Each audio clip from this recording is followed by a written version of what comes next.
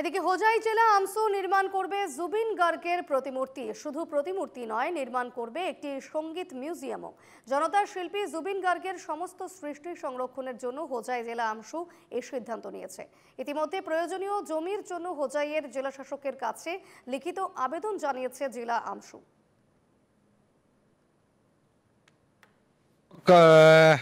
শতিকাৰ মহানায়ক জুবিন গাৰ্গ ডাঙৰীয়া মৃত্যু হোৱাৰ পিছত আজি তেখেতৰ যোৱাকালি তেখেতৰ মানে অন্ত্যেষ্টিক্ৰিয়া হ'ল আৰু এই মুহূৰ্তত সমগ্ৰ অসমৰ লগতে সমগ্ৰ ভাৰতবৰ্ষ মানে শোকসন্তপ্ত।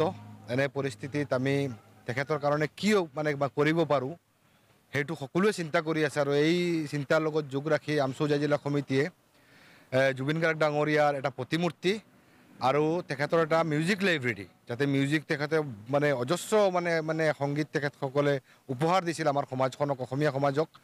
সেই মানে মিউজিকৰ যে এখন মানে মিউজিক সংগ্ৰহালয় কৰাৰ আমি মানে প্ৰচেষ্টা হাতত লৈছোঁ আৰু ইতিমধ্যে আমি জিলা প্ৰশাসনক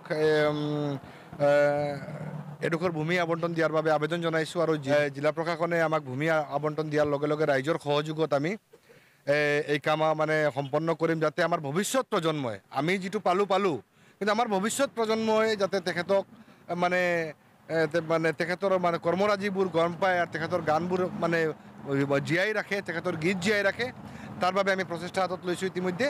আৰু আমি আশা কৰিম যে ৰাইজেও এই ক্ষেত্ৰত